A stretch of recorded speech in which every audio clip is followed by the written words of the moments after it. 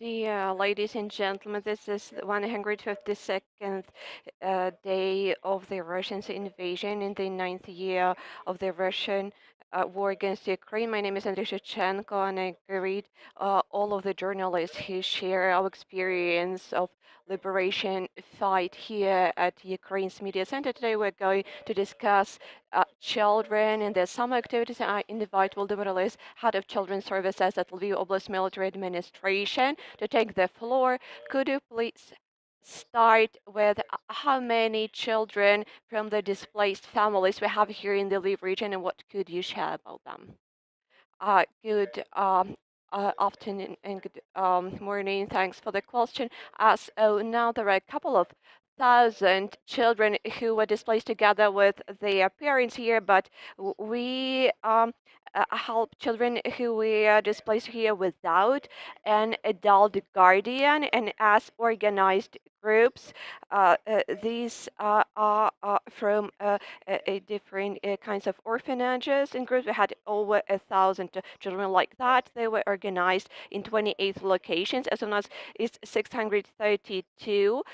Over 400 these are orphans. And right now we're expecting, because the Lviv region found a possibility and sent about 450 of internal displaced children for some recreational and health improvement activities. Also wanted to let you know that very many children were returned to their previous evacuation places. What could you share some details about the story? These are children originated from the Luhansk, Donetsk, Kherson, Kharkiv, Odessa, Mykolaiv, Zaporizhia, Sumy, regions. Our Kiev gas already left back home, and Dnipro representatives. These could be small groups, like 5 or 175 members. These are from different locations. All of these are from 0 years to 18 years. Right now, we have a trend when children come back from abroad. We had lots of children sent abroad. Right now, in our Lviv region, we have 10 children's orphanages of the family type, where they have guardians, and 8 families. We have information that a couple of organizations like that have nowhere to go back, and we are trying to identify and find a location for them in order for children to start educational programs. We are working with partners in order to achieve that. Actually, on Sunday, a group from Turkey, 15 children, but they left back to Dnipro. We offered them a place to stay, but since they were evacuated from Dnipro, since it's more or less a calm situation, they decided to go back. But that's a continuous process. Some children go and are displaced here. Some go back home.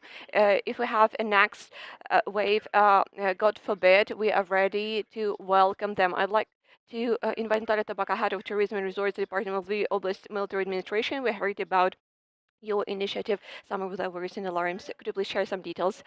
My greetings. This campaign started from the International Children Protection Day. The initiative was a cultural education about the new cities, locations that the children are currently living on, and Summer Without Worries and active recreation activities.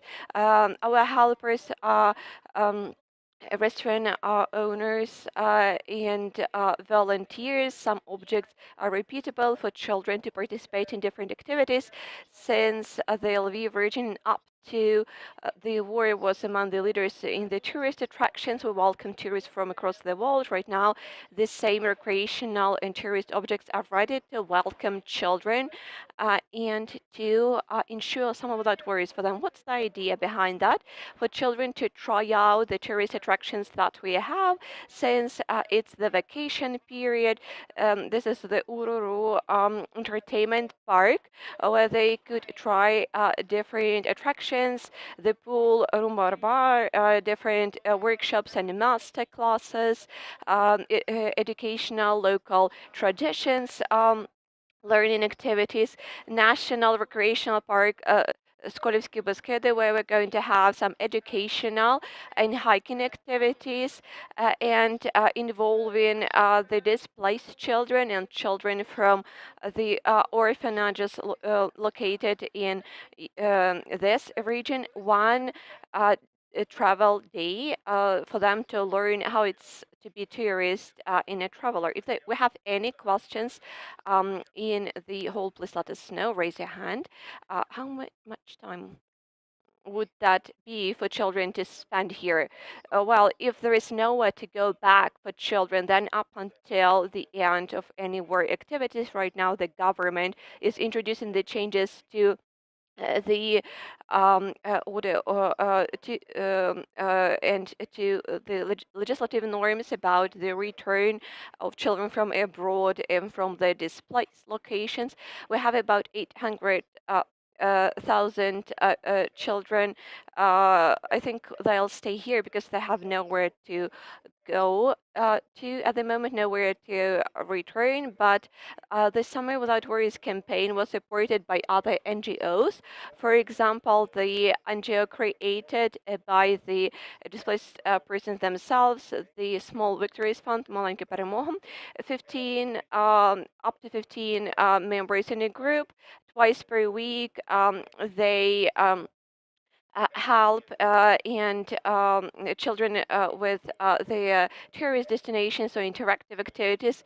Of course, we wouldn't be able to do anything on our own because we're not spending any government funds. This is purely charities, funds, NGOs, so on and so forth. So if you'd like to support, please offer your ideas. Our children are ready to participate in any activities. Would be happy to cooperate with you. Could you please share the stories of those children who get to Lviv? What are their impressions of Lviv, of the tourist attractive sites, historical sites? If we are talking about children who stayed here from February 25th, these are Ukrainians, so to say, they know Ukrainian songs already. They sing Червона Калина when we have air raid alerts, and they know how to pray here. If we're talking about the Levandivka site, we have children from 8 regions displayed there. These are children of different ages, so they live in as one united family there. Of course, children are very different. It could be a kid with a granny. Granny got um, uh, um, displaced from a train on different side, and now the family is divided because the granny got sick, and we need to find where the grandmother is. But in 2 weeks we found the relatives, but 35 parents from Mariupol found their kids and took them back. We're very proud of this goal, and we keep looking for relatives. There are so many people right now requesting to take the kids as a guardian, so on and so forth. But no, we're not giving our children for adoption because their families could be at war, or we are looking for them. So we registered chatbot, and we're working on a process because currently we have the educational process, and these are kids, of course. So we are looking for opportunities to put the children temporarily on a temporary basis into the families for them to have some dedicated guardians and to live within families up until the end of the all-out war. Um, uh, Mrs. Tabaka, what are the main attractions that kids love the most? Of course, these are where we have attractions or water recreation activities. Kids love these places the most and the most emotional, and invite grown-ups to participate. Also, the restaurant owners who offer different tasty things. McDonald's had a barbecue McDonald's, for example, even though the restaurants are closed, but they help. So they had an open air barbecue, and those playgrounds, kids are not only distracted from the war because outside in the forest or in parks, the air raid alerts are not that disturbing. But during one of the activities, they had different workshops, for example, and they draw their own pictures and then sold them during the auction of the one of the events, and raised money that they then donated to the Children's Support Fund and the Armed Forces of Ukraine. The 1st of September is close enough. It will be a turning point for very many families and kids that you are currently helping to. So we've heard that about 500,000 of Ukrainian kids already integrated into the European system of education. I don't know whether it's a positive or rather alarming news, because we're not sure how they could then go back to the Ukrainian educational process. How do you prepare to the start of the educational activities? How can we offer the full-scale educational and opportunities here? Our Department of the Education is working on that. There are a couple of thousands of kids here, and those who are located here will start education September the 1st, and owing to UNICEF and thanks to UNICEF, kids who are displaced and sent here, in order for them to complete their education and senior years, they were provided tablets, so they have enough technical and hardware possibilities. Those kids who are going to continue their education and want to enter the higher educational institutions, the universities, so on and so forth. This could be cooking institutions in our railway university. They get lots of offers from the higher educational institutions, so it won't be a problem for them. Other kids who are sent to regions will also be integrated into the local schools and will be provided for. The last questions, please select who is going to answer. How did the war change? How is it changing Ukrainian kids? All of the kids are always the same area. They can always find common grounds, common language. What I'm happy about is that even within the grown-ups, we don't have any but yes, uh, no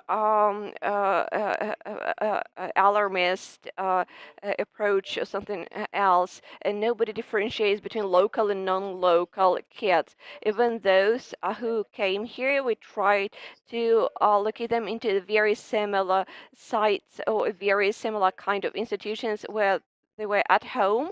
If they need any additional experts help, of course we provide for that. So I think the whole western region and Lviv region, because that's the western region that received the majority of displaced kids, managed to ensure the maximum comfort environment for kids. Especially the Summer Without Worries campaign is one of the things that we're trying to do to distract children from those cruel situations that they had to witness.